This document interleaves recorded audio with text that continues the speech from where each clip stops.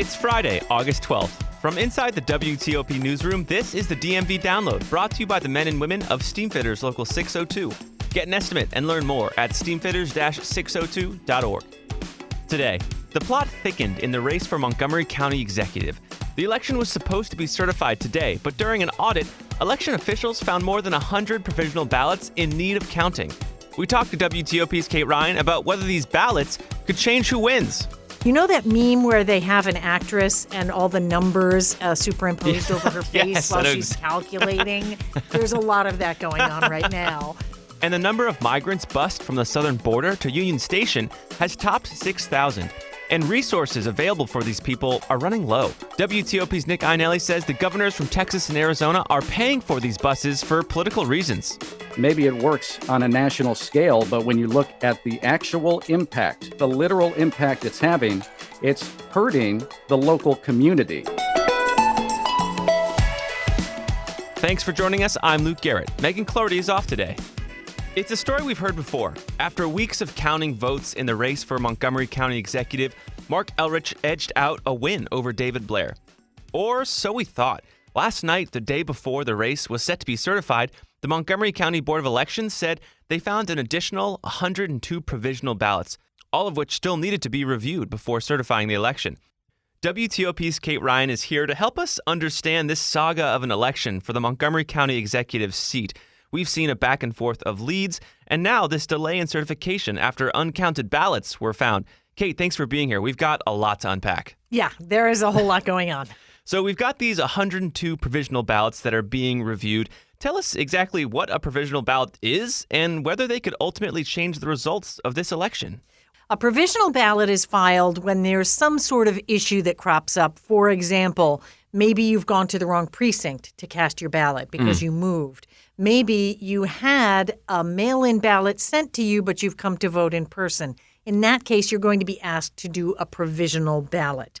The provisional ballot is the one that goes into a special envelope and that has to be hand counted and verified. They get super special, that's a technical term, attention during the vote counting process. And these 102 provisional ballots were found a little bit late, and that's what's really delaying it here. Yes, although I want to be clear. It's not like, someone left them in a car somewhere and they mysteriously appeared. Here's what happens.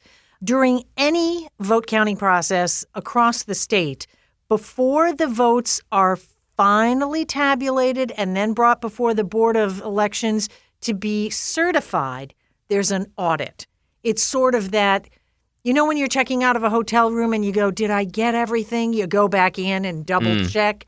That's exactly what this kind of thing is. It is a double checking of, is there anything we missed? Do all the numbers match? And they found that their numbers did not match up. Right. And there were these 102 ballots. Now, I will mention, Mark Elrich, County Executive, did comment on WAMU's The Politics Hour that he didn't think it was a good idea during the tabulation process for the Montgomery County Board of Elections to have operated this way. What they did was they're located in Gaithersburg, and they would take the ballots, bring them to their tabulation center, which they set up at the Germantown campus of Montgomery College, because they said, we simply don't have the space. We've never had, this is an unprecedented number of mail-in ballots that also take extra attention. You're not just running through a scanner.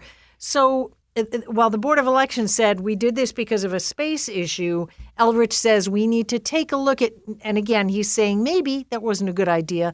He was also careful to say, but before we say, there was a problem, we need to look at maybe we need better staffing. Maybe we need to just examine our process a little more closely. But he is not suggesting that there was anything nefarious. Right. So when you look at this, should this latest discovery of these uncounted ballots make us doubt election integrity? Why or why not? I think the Board of Elections would say absolutely not. You should look at this as we have safeguards to make sure that each and every vote is counted and the safeguards worked. If you are a little concerned about the way things are done, you might say, but wait a minute, that shouldn't happen. We need a better process so we don't have right before we're ready to certify a last minute, oops, we need to schedule another canvassing session and count the remaining 102 ballots. And I should mention, that candidate David Blair has issued a statement saying he is confident in the process and in the Board of Elections' ability to ensure that every vote is counted. Right. I mean, ultimately, they did catch it. They did catch those 102. So we have these 102. Could those 102 change the 42 lead that Elrich has? Oh, they sure could. And I will tell you, it's fascinating. Going on a number of websites, you're seeing, you know that meme where they have an actress and all the numbers superimposed over her face Yes, while she's calculating? There's a lot of that going on right now.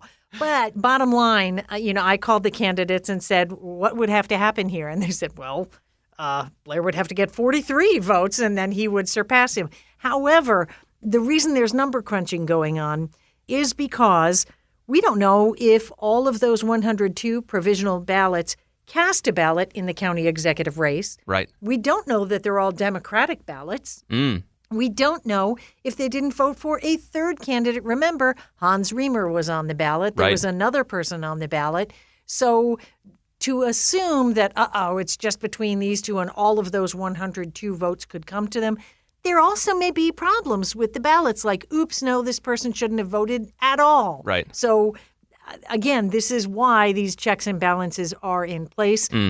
Bottom line, though, it's an absolute nail-biter for people who sit on the edge of their seats and like this sort of thing. Right. And it's just dull as dishwater for the rest of the people who go, just tell me who's going to be my candidate. Right. So, but I can't recall a case like this. Right. It's a highly unusual race. Now, regardless of how this shakes out, whether, Blair is able to take a lead or if Elrich keeps his razor-thin lead as he has it, does it still look like we're going to head for a recount? Yep.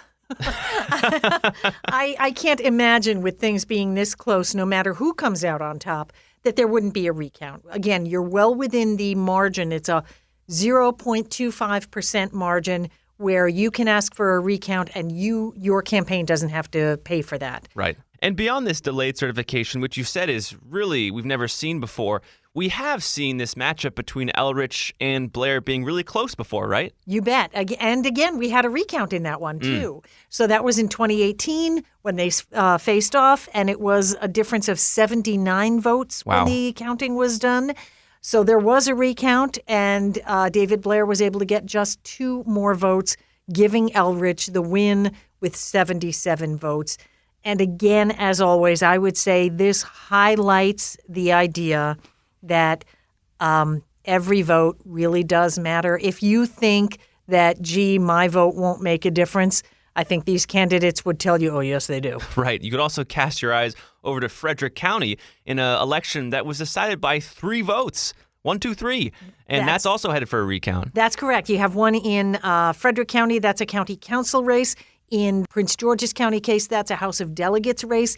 And both races, there have been requests. I don't know if the actual petitions have been filed, but there have been requests for a recount. Right. By the way, and I want to make sure that people understand, it's not someone being a sore loser. It's we are that close. I want to make absolutely certain. Let's take a look. And all these races share one thing in common. It's taken a long time. It's taken a long time for results to get out. So what does this tell us when we look forward to November? There are real concerns. And again, most of that is coming from Democrats who are critical of Governor Larry Hogan, the Republican, who vetoed a bill that would have allowed you to count the mail-in ballots prior to the 2-day waiting period they currently have, so that you would be ready to rock and roll with the vote count and speed things up a little bit. Governor Hogan said, look, I'm concerned that bill just didn't take into consideration some safeguards, so that's why he vetoed it.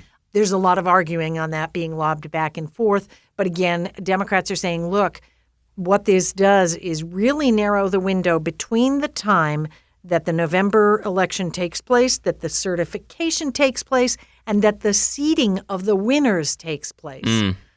Again, it's a lot of wonky stuff to the average voter, but it is a cause for concern, again, mostly among Democrats right now. And so we just saw a delayed in certification in Montgomery County, kind of returning back to that. Do we have any indication of when we might see the final results of that race? Bottom line is it should be a Saturday session that it could all get sewn up. Okay. As far as we know right now. But if this race shows us anything, keep your eyes on the prize here because who knows what's going to happen. Okay, thanks for summing this up for us. You got it. Thank you.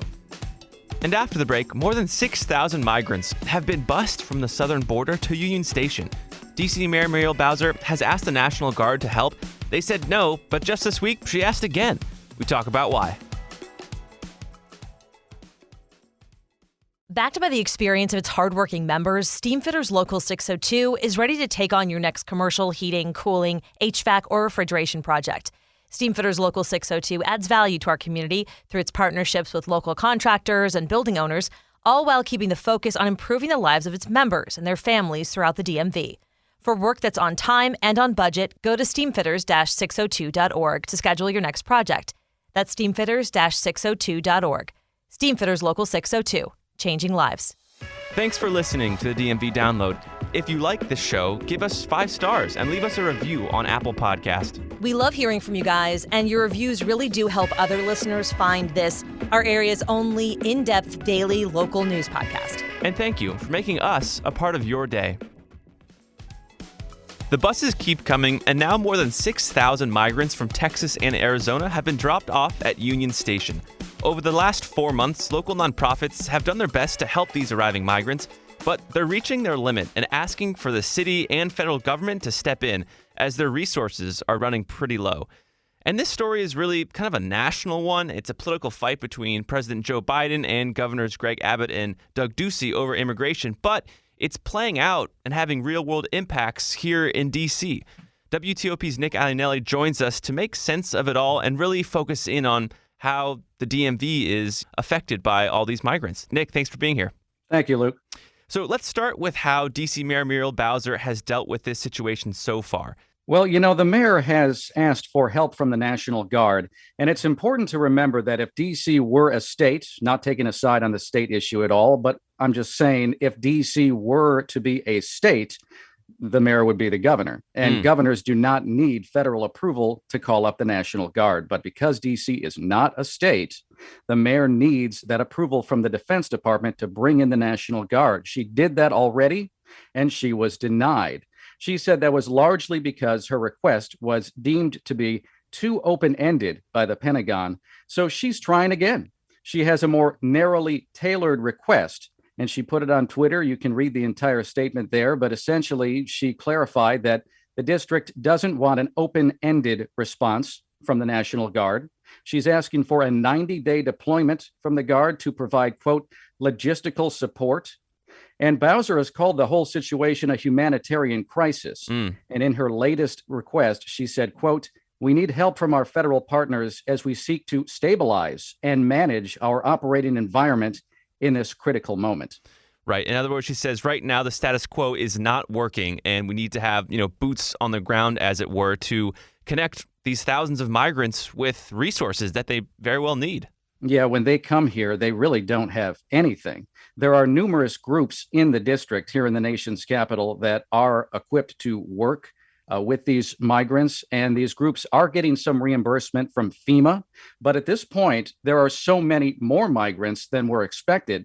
It's difficult for these nonprofits to keep up. The Central American Resource Center, which is one of those groups, helping migrants when they arrive, providing assistance, getting them to their final destinations, getting them what they need. That group says about 10 or 15% of the migrants being bussed in intend to stay in D.C., which means these groups have got to get them on more buses going to their other final destinations. And another group I spoke with, SAMU First Response, that's another one of these nonprofits. That group says initially, we were expecting between 1,500 to 2,000 migrants a month.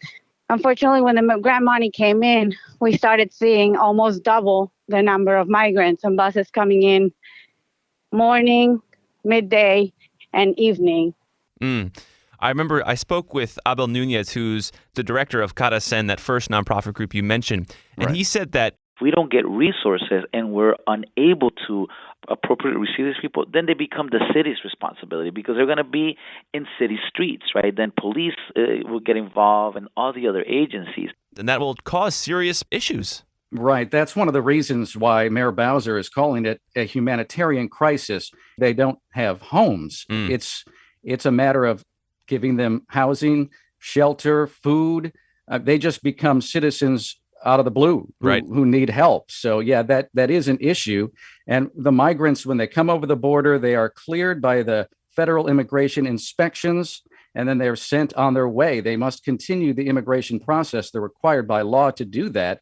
But they are essentially just new citizens that appeared out of nowhere, and they have no resources, which means the district itself needs to provide those resources. And Nick, let's zoom out here for a second and really look at why these migrants are actually coming from Texas and Arizona to D.C. Why are the governors of these states doing this when they know we don't have resources here?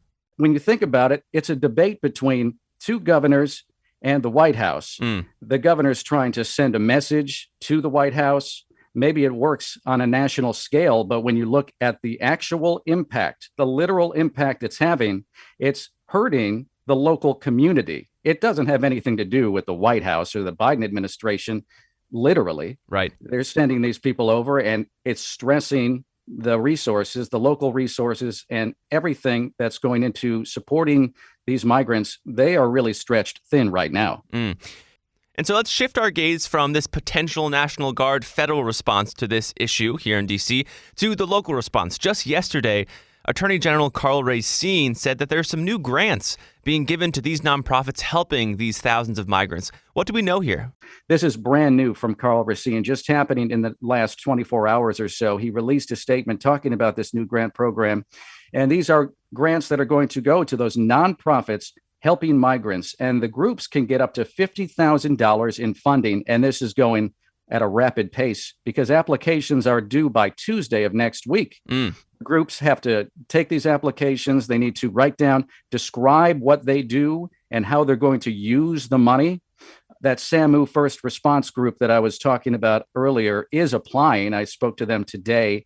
And the managing director of SAMU First Response says they do currently get that reimbursement from FEMA, but this would help out, especially in getting these folks to their final destinations, because that costs money. If you're going to send someone across the country to where they're trying to go, that's not cheap. Right. And it doesn't just cost money to buy tickets to go somewhere else. But in the meantime, when these migrants are here in D.C., you have to pay for food, shelter, a place to go to the bathroom, very essential needs that aren't necessarily met. They don't have those when they arrive here initially on these buses. Yeah. And, those shelters, they really don't have room for many people. I mean, maybe just a few dozen in some cases. And they don't have, they're coming in at such a rapid rate that those types of shelters can really only have people there at capacity for 1 to 3 days. It's not that long of a time. So the resources are stretched thin. And again, this is a national debate over Title 42. So the governors are doing this. The governors are sending the migrants here because the Biden administration attempted to lift Title 42. And that's the pandemic era immigration policy that allows authorities to turn away migrants at the U.S.-Mexico border. So it's a wide-reaching, broad national debate, and the actions of the governors in that debate are really hurting the local community here in the district. Right. And, you have no crystal ball, Nick, but it doesn't seem like this is going to stop. This busing seems like it's going to continue. Is that the sense you get? Well, what's interesting is that because of the Title 42 issue, the Biden administration tried unsuccessfully to lift Title 42. It didn't even happen. So these buses are continuing to come, even though the governors in the debate have essentially won the debate. So they're continuing to send these buses. And, you want to get out of the D.C. bubble when you think about this stuff. Think about what it's like to be in the middle of the country. Think about what it's like to live in Arizona or Texas. If you're living in those states, you don't get the immediate impact that we get when we live in D.C. or in the D.C. area and we hear about this stuff. Those people in those states don't necessarily even understand that the local resources are stretched thin dealing with these buses. They may only see that larger political message of sending the migrants to D.C. They may only understand that large-scale political message, and that may be effective for the supporters of those governors. But certainly it's a much different story here in the nation's capital. Well, Nick, thank you for helping us understand this kind of complex national local story. All right, thanks, Luke. And before we go, Juan Soto and Josh Bell are returning to Nats Park, but not as Nationals, as we all know. They are now Padres. And I have to confess, I am going through a bit of a sports existential crisis. Right now, on my bed, I have a Nats jersey and a San Diego Padres jersey laying out ready for me to pick up one of them as I go to tonight's game. Now, here's the backstory. So when I was growing up, I was a Padres fan. I grew up in D.C., but there was no baseball team here. And all of my extended family, was from San Diego, and my dad was a big Padres fan. So, I just kind of took up the family tradition and became a Padres fan. I loved it. And then, the Nats came to town, and my dad, I remember, gave me a Nats hat. And he said, you know what? Your hometown now has a team. You can go become a Nats fan with my blessing. And so, I took the hat and I was like, all right, I'm a Nats fan now. A few years later, I went to college in San Diego. And when I was there, I kind of fell back into San Diego Padre fandom. They got new jerseys. They got fantastic new players, Machado, Tatis. And I just, loved the vibe of Petco Park. And so once again, I kind of flip-flopped. And I was like, all right, great. I'm a Padres fan. Maybe I'll live in San Diego for the rest of my life. Perfect. Little did I know that I would move right back to D.C. to come work here at WTOP. And now I'm kind of literally stuck. I'm stuck, and I'm like, where am I? Who do I root for? Who am I a fan of? And it's really kind of thrown me again into this sports existential crisis. What really justifies fandom? I do not know the answer, as again, I have 2 jerseys on my bed waiting for me, looking at me, thinking, which one is Luke going to pick up? So I have no idea what's going to happen when I end up going to the game tonight. I know it'll be fun, but we shall see. Anyway, that'll do it for us today on the DMV Download. This show is brought to you by Steamfitters Local 602. Our managing editor is Craig Schwab, and our music is by Real World. Give us a review and rate our show if you get the chance, and while you're at it, hit that subscribe button so you never miss a show. You can also follow us on social media, all of them. We post content every day, good stuff. You can find out more about this podcast and become one of our VIP listeners at dmvdownload.com. The DMV Download is a product of WTOP News. Listen on 103.5 FM in the DC area, 107.7 FM in Virginia, 103.9 FM in Frederick, Maryland, online at WTOP.com, and on the WTOP News app. Have a great weekend, and I'm taking next week off, so I will see you next Monday. Have a good one.